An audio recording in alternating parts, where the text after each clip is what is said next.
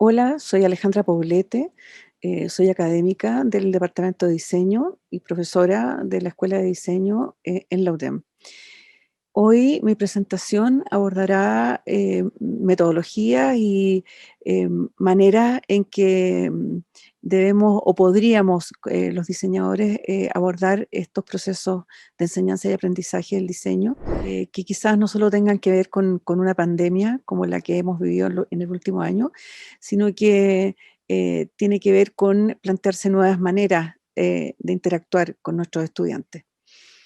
Mi presentación inicia con algunas preguntas que en mi caso en particular quizá me atormentaron un poco al inicio de este proceso. Eh, Preguntas como, ¿voy a poder hacer lo que sé hacer? Y ¿cómo voy a hacer lo que realizaba en otros años, ¿no es cierto? En las distintas asignaturas. eh, ¿Cómo voy a abordar el uso de las tecnologías? Y finalmente, mis actividades, lo que yo realice con mis estudiantes y lo que ellos realicen, ¿va a tener éxito? ¿Va a funcionar? Entonces, bueno, para entrar en el tema, lo que me he planteado es tomar un caso, ¿no? Un caso de una asignatura que llevo realizando en la UTEM desde el año 2012 y es la asignatura de tipografía 2. Aquí aparecen planteadas los aspectos formales, ¿no es cierto?, del programa. Esta asignatura tributa a una competencia que es la competencia 7. Esta competencia tiene que ver con los discursos verbovisuales, ¿ya? Y al respecto, la asignatura de tipografía que está situada, tipografía 2, en el nivel de segundo año, complementando con ello, están estos logros de aprendizaje, algunos que son en general para la competencia y para este nivel, pero en particular logros de aprendizaje específicos de la asignatura de tipografía, en que se espera que el estudiante bueno, formule propuestas verbovisuales, que comprenda que la tipografía es una manifestación visual del lenguaje y que distinga las características formales de manera que entienda la manera en que puede sacar partido de esas características. Tomé la decisión de usar metodologías activas, es decir, metodologías que permitan al estudiante tomar ciertas iniciativas. Como una de las metodologías puestas en práctica, elegí la clase invertida o flipped classroom. ¿Qué implica esto? Implica que un determinado momento del proceso del semestre son los estudiantes los que van a asumir el rol comunicadores de contenidos, ¿sí? ¿Cómo se organizó esta actividad? Muy sencillo y no muy distinto quizás de lo que hemos venido haciendo en otros años, y yo estoy segura que todos aquí han puesto en práctica en parte aspectos como los que estoy yo exponiendo acá. Primero, es una definición de grupos que establecí yo. Es un escenario donde se asignan los grupos y se asignan los temas de investigación, que es un gran tema, pero que se subdivide en distintos subtemas para cada grupo, con el objeto de que los estudiantes reconozcan esta manera en que la tipografía va haciéndose cargo de ideas, ¿no?, que van a surgir en el ámbito entre el arte y el diseño. Se trata de que los estudiantes indaguen en las conexiones entre tipografía y las vanguardias artísticas del siglo XX. Entonces, son 6 grupos. Esto ha permitido que con estas 6 vanguardias, incluida la Bauhaus, que en rigor no es una vanguardia, pero es sí un movimiento y una escuela, ¿no? Bueno, los estudiantes tienen que ir a detectar quiénes, cómo y qué ejemplos se pueden encontrar que permitan visualizar la manera en que la tipografía es tratada, es utilizada, trabajada como medio de comunicación. Esta indagación les permite a los estudiantes abordar aspectos que son históricos, que también les permiten conectar y poner en perspectiva lo que hoy se hace con tipografía, y en el fondo les permite tener una visión mucho más amplia de lo que implica la tipografía. El encargo entonces es muy claro, que cada grupo indaga en estos aspectos generales que caracterizan al movimiento artístico, es decir, entender de qué estamos hablando cuando hablamos de futurismo, de dadaísmo, etc. Describir esta obra visual de un exponente donde su trabajo esté principalmente ligado a la tipografía y mostrar ejemplos, ¿ya? El formato es un formato que puede ser, es libre, es decir, los estudiantes podrían decidir trabajar unos papelógrafos o utilizar y grabarse, ¿no es cierto? O hacerlo en vivo ahí sincrónicamente, o los tradicionales PowerPoint o presentaciones, ¿no es cierto?, en formato PDF o el que ellos decidan. Hay un tiempo de exposición y entonces exponen en el orden, ¿ya? En el orden cronológico, que eso es muy importante porque van también entendiendo cómo hay conexiones, los movimientos no están separados, van uno alimentando al siguiente, ¿sí? O conviven en un mismo tiempo distintos movimientos. Entonces, estos ejemplos nos permiten darnos cuenta que ellos logran organizarse, logran encontrar una manera de comunicar, que es lo más importante aquí, eh, comunicar al resto de sus compañeros, a la audiencia que es todo el curso y el profesor, lo que han descubierto de una manera ordenada y que permita a los demás, a todos los demás, a toda la audiencia, comprender de qué se está hablando, de qué se trata, de cuál es el rol de la tipografía, cuál es la mirada desde las vanguardias artísticas, y entender entonces la conexión ineludible con el diseño, y que va a permitir que el diseño tome estas herramientas y las haga propias más adelante. Luego vendrá la tercera etapa, que es la etapa de evaluación. Esta etapa de evaluación también la diseñé de manera que hubiera una mayor participación de los estudiantes. Quizá que la mayor preocupación de todos los profesores en este último año es lograr que los estudiantes eh, est- estén presentes, ¿no? Más allá de las limitaciones tecnológicas que pudiera haber, es el que el estudiante esté presente, participe,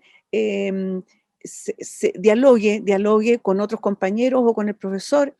Y una manera que me pareció adecuada en este caso es que hubiera una evaluación entre ellos mismos, es decir, que cada grupo o cada integrante de cada grupo evaluara a los otros grupos, ¿ya? Para eso se estableció y se compartió desde el inicio una escala de valoración, es decir, que para cada una de las dimensiones que se definieron, hubiera una escala que partiera con que no existe el indicador, ¿no es cierto?, de logro, muy bueno, ¿cierto? De ese modo, también se evita que el estudiante tenga que plantearse si le pone un 1, le pone un 4, quizá que el 4 es un poco mezquino, entonces el estudiante trata de ponerle, no sé, un 6, pero al final el puntaje desconecta como con la responsabilidad de poner una nota, y lo que hace finalmente el estudiante es que dice, a ver, fue regular, fue bueno, fue muy bueno, y en ese sentido un concepto es algo más manejable y más, incluso más empático para los estudiantes. Este puntaje se asigna a las distintas dimensiones, hay 3 dimensiones, algunas dimensiones tienen 3 indicadores, o 3 o 2, y otra dimensión tiene solo un indicador. Las dimensiones son, por supuesto, de contenido, sin duda, es decir, que se entregue lo solicitado, es decir, se describan las vanguardias y que los ejemplos que se muestran sean los pertinentes. También se valora, y esto lo saben los estudiantes desde antes, la calidad de la presentación en términos de que colabore a la comprensión, ¿no? Y también se pide valorar la calidad expositiva, es decir, si los estudiantes, el conjunto, logra organizarse de buena manera para la comunicación.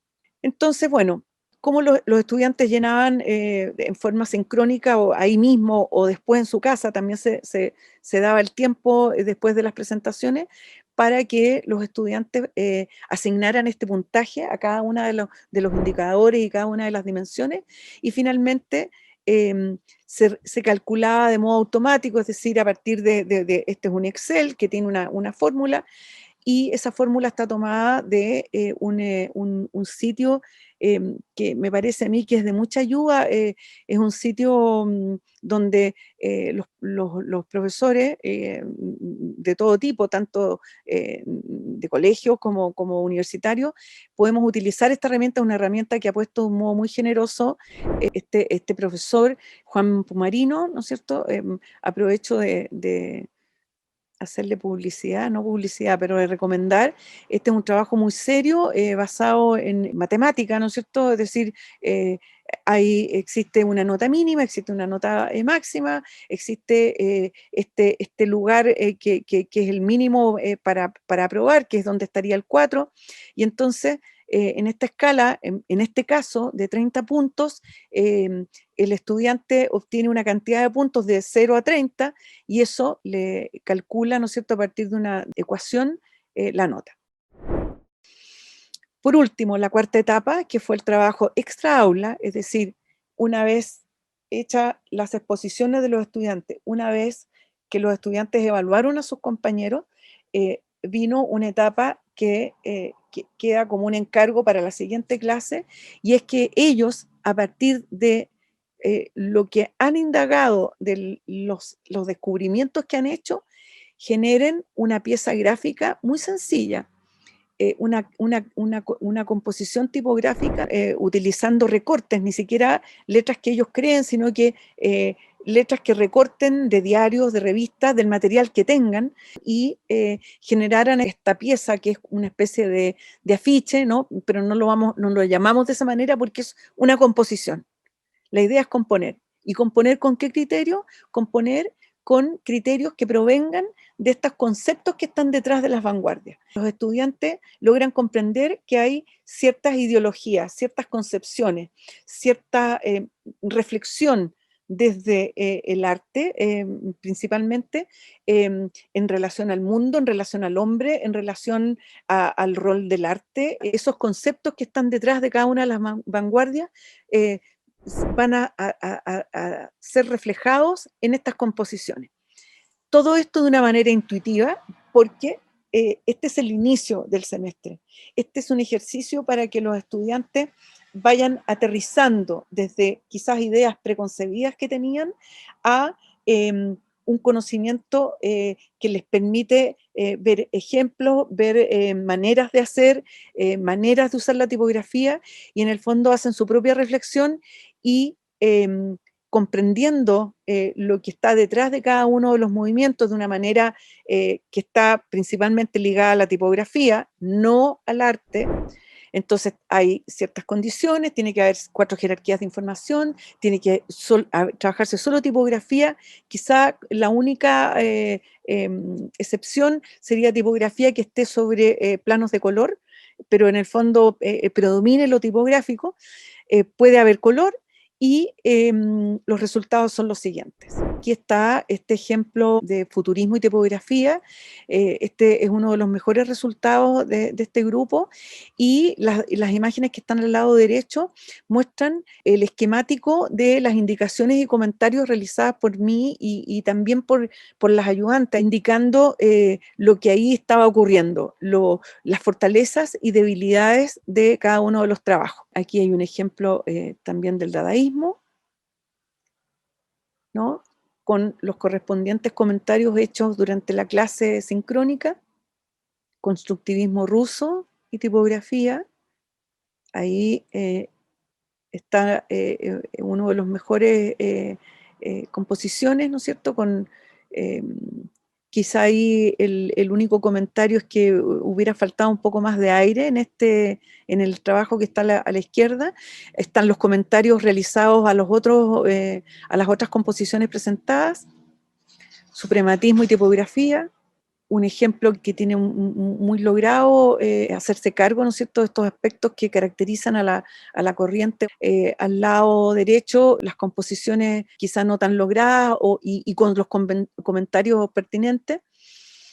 También ahí los estudiantes se van dando cuenta que hay maneras mejores de registrar su trabajo, más frontal, ¿no es cierto?, de manera que no haya perspectiva en el trabajo. El trabajo del movimiento Stiegel, lo mismo, a la izquierda está el trabajo que tiene un buen resultado, y el conjunto de trabajos con todas las indicaciones, marcas y esquemáticas respecto a lo- a las debilidades y las fortalezas.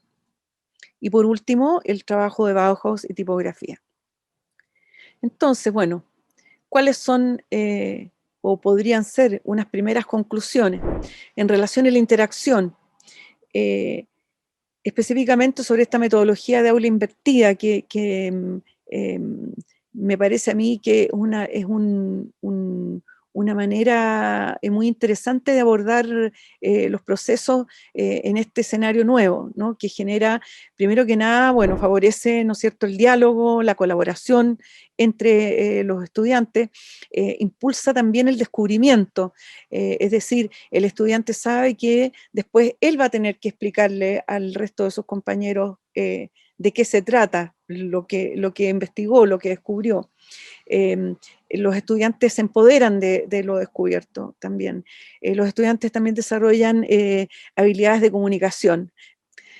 Otras conclusiones en relación a los métodos de evaluación: esta evaluación entre pares me parece a mí que ha incentivado la participación en la sesión sincrónica, ha favorecido también esta construcción o este desarrollo del espíritu crítico y autocrítico de los estudiantes. También desarrolla criterios y dimensiones de evaluación, aspecto que es muy relevante para el futuro y para todo el resto del proceso que va a vivir hasta titularse y luego en la vida profesional. Y por último, las primeras conclusiones que podríamos sacar de las actividades de aprendizaje, en particular la actividad extra aula que se ha encargado a los estudiantes. Es importante en este caso, dado el ejemplo que estoy poniendo, que la actividad tenga mucha conexión con lo que se ha hecho en el aula. Eso es lo que es la propuesta que he hecho en mi asignatura. Entonces, la actividad extra aula es un momento que decanta lo que ha ocurrido en la clase y tiene directa conexión con lo que ellos mismos han venido haciendo previamente. Entonces, la conexión con el proceso de descubrimiento previo favorece este autoaprendizaje. Por último, se genera un espacio para la experimentación personal, que eso es importante, y que el estudiante decida el uso de diversos recursos. Y por último, para ir terminando, una reflexión final que me parece relevante porque em, quizá lo que nos ocurre como educadores del diseño es que la enseñanza del diseño ha tenido históricamente una aproximación que yo considero que es fenomenológica, es decir, el estudiante, nosotros lo vemos, el estudiante de diseño lo vemos como un potencial diseñador, incluso en los distintos ejercicios, los trabajos, la mayoría de ellos con un claro perfil de proyecto, muchas veces, no en todas las asignaturas puede hacer realmente un proyecto, pero se pone al estudiante permanentemente en el lugar en que lo que está haciendo, lo que está haciendo el estudiante es crear, está siempre creando. eh, Incluso aunque esté generando un trabajo para una asignatura teórica o de la línea histórica teórica, él tiene que tomar decisiones permanentemente sobre la tipografía que va a usar, sobre cómo va a componer en ese espacio, va a generar elementos infográficos, es decir, está siempre planteándose como diseñador, aunque no lo sea, aunque todavía no lo sea. Entonces, todo esto que estoy exponiendo aquí, estas metodologías, quizá la disciplina de diseño las viene usando hace mucho tiempo, pero hoy día quizá somos mucho más conscientes de lo que estamos haciendo porque este escenario nuevo nos ha hecho conscientes y quizás algo que tendríamos que agradecer a los escenarios nuevos que estamos viviendo. eh, el estudiante está permanentemente en un proceso como un ser activo y creativo y está en la interacción, en la acción y en la evaluación, que quizá es ahora el énfasis que al menos en este caso yo estoy teniendo para el desarrollo de las asignaturas. Em, Me parece que son pilares en este proceso o en este diseño tecnopedagógico. Eso es. Les agradezco la oportunidad agradezco a la universidad la oportunidad de participar en actividades como este seminario y cierro acá con estas referencias que he utilizado en esta presentación y sin más me despido. Muchas gracias.